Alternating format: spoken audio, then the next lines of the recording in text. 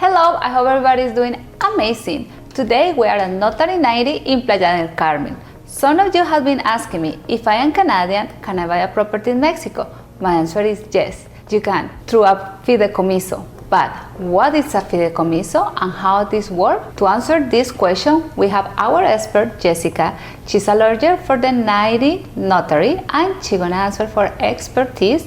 What is this? So what is a fideicomiso or a trust?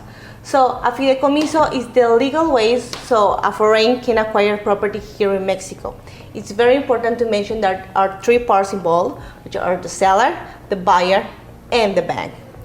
The bank is the one who the buyer decides to go on, and we as an notary, we're gonna guide you through the whole process until you have your title deed. We as a notary, we have an expertise of 6 years, and myself, I work with a team of that we only specialize in fideicomiso or a trust. Perfect.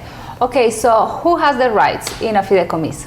All right, so the rights has the buyer, who is the person who's going to acquire the property here in Mexico.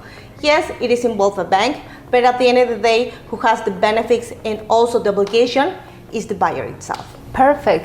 And how much it can cost a fideicomiso? This, it will depend on the bank who the buyer choose. Okay, so this, it can be from the 2,200 USA dollar until 3,000. All right. Also, it's very important that the closing cost, it will depend of the value of the property. Perfect. So what about when the property gonna be sold?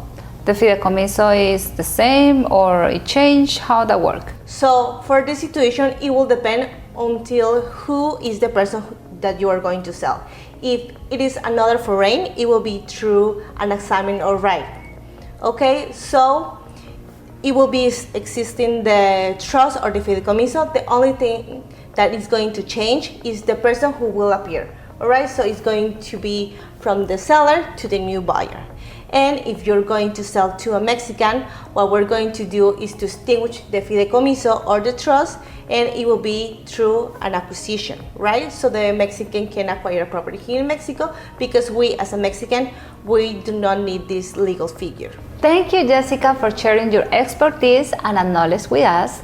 Now we all know if you have real estate questions, any question, come to the Notary 90 and ask for Jessica. Thank you, Naz. We as a Notary 90, we're glad to help you in any other foreign, right? So in my team, we are specialized in fideicomisos or a trust.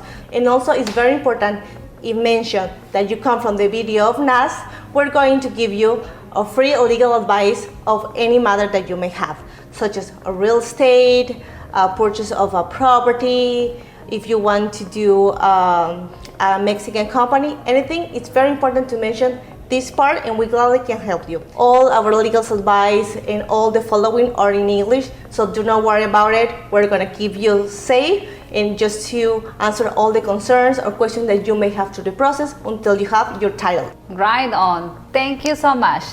Ciao, ciao. You're welcome.